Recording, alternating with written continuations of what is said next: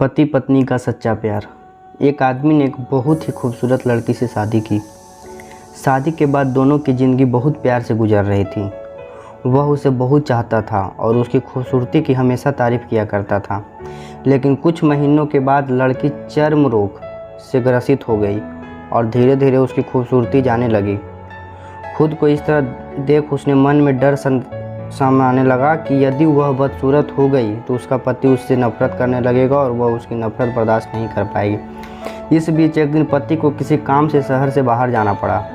काम ख़त्म कर जब वह घर वापस लौट रहा था, उसका एक्सीडेंट हो गया। एक्सीडेंट में उसने अपने दोनों आंखें खो दी, लेकिन इसके बावजूद भी उन दोनों की ज़िंदगी समान तरीके से आगे बढ़ती रही।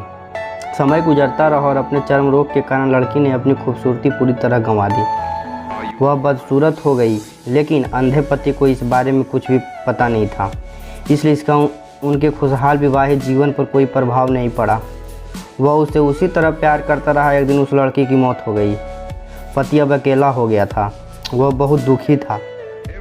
वह उस शहर को छोड़कर जाना चाहता था। उसने अंतिम संस्कार की सारी क्रियाविधि पूर्ण की और शहर छोड़कर जाने लगा। तभी एक आदमी ने पीछे से उसे पुकारा और पास आकर कहा, अब तुम बिना सहारे के अकेले कैसे चल पाओगे?